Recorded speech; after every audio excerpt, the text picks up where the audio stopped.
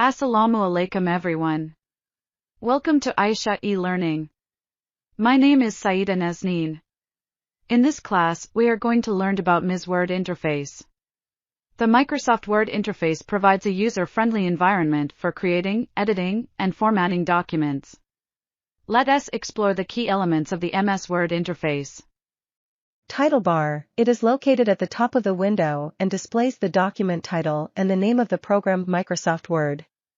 Ribbon. The ribbon is a horizontal strip located below the title bar, and it consists of multiple tabs such as Home, Insert, Page Layout, References, etc. Each tab contains various commands organized into groups. By clicking on a tab, you can access the related commands and options. Quick Access Toolbar. It is located above the ribbon on the left side of the window. The Quick Access Toolbar contains frequently used commands, such as Save, Undo, Redo, and Print. You can customize this toolbar to add or remove commands according to your preferences.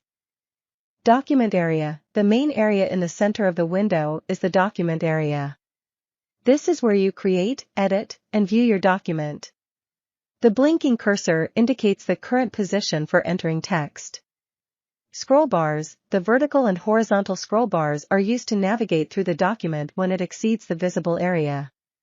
Status bar. It is located at the bottom of the window and provides information about the current document, such as page number, word count, language settings, and zoom level.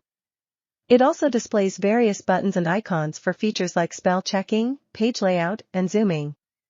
You can click and drag the scroll bars or use the arrow buttons to move the view up, down, left, or right. Windows allow you to customize various document settings, formatting options, and other features in a more detailed manner.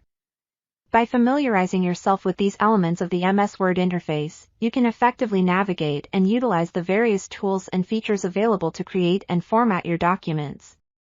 Thanks for watching.